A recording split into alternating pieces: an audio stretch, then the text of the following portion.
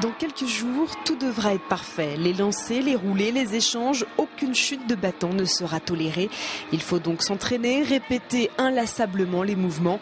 L'entraînement est intensif et les remarques parfois dures. Il y a 5 chutes quoi. Vous venez de passer 1h 3/4 à travailler pour finir avec 5 chutes. Quand il y a quelque chose qui ne marche pas, il faut travailler pour y arriver. Donc on leur demande de refaire 50 fois. Oui, ça paraît être une punition, mais au final, elles vont se sentir plus sereines parce qu'elles auront travaillé.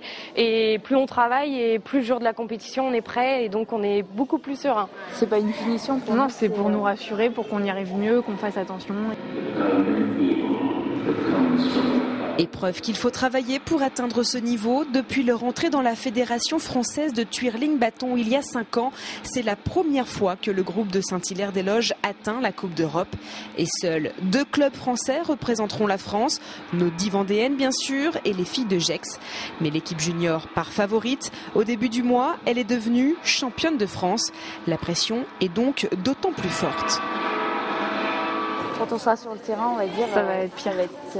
Ça va être là, on va se rendre compte qu'on va faire la Coupe d'Europe. Je leur fais confiance parce qu'on a travaillé pour, mais tout peut arriver en championnat et ça va être, comme je disais tout à l'heure, la Coupe d'Europe va être difficile à appréhender parce que c'est la première fois qu'on fait ça. Donc, et elle et moi, on va être dans une excitation particulière. Ça va être un beau moment. On va vivre à la cérémonie d'ouverture, on va voir les drapeaux français, la Marseillaise, etc. Donc voilà.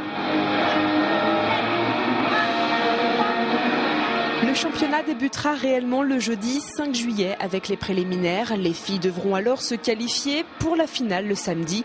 Elles auront alors 3 minutes de chorégraphie pour convaincre, 3 minutes qu'elles répètent depuis le mois de septembre. Et malgré la fatigue d'une fin de saison, les filles ont déjà prouvé qu'elles étaient meilleures en compétition qu'à l'entraînement. Et comme un bon pressentiment, il faut savoir que la France a la réputation d'être le meilleur pays d'Europe.